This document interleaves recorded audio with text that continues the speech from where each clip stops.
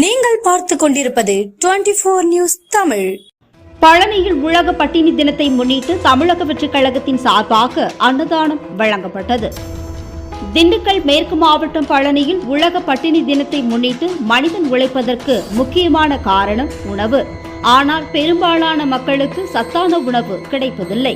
ஒருவேளை மட்டும் சாப்பிட்டுவிட்டு உழைக்கும் தொழிலாளியும், தண்ணீர் மட்டும் குடித்துவிட்டு உறங்கும் தாய்மார்களும், காலையில் காசு இல்லாமல் 2 இட்லி மட்டும் அல்லது டீ குடித்துவிட்டு கல்லூரிக்கு செல்லும் மாணவர்களும் இங்கு ஏராளம். மனிதனாக பிறந்த அனைவருக்கும் உணவு, உடை, இருப்பிடம், சுகாதாரம், கல்வி ஆகியவை சமமாக கிடைக்கும் சமூகத்துக்காக செயல்படுவதை பட்டினி தினத்தில் நாம் எடுத்துக்கொள்ள வேண்டிய உறுதிமொழியாகும்.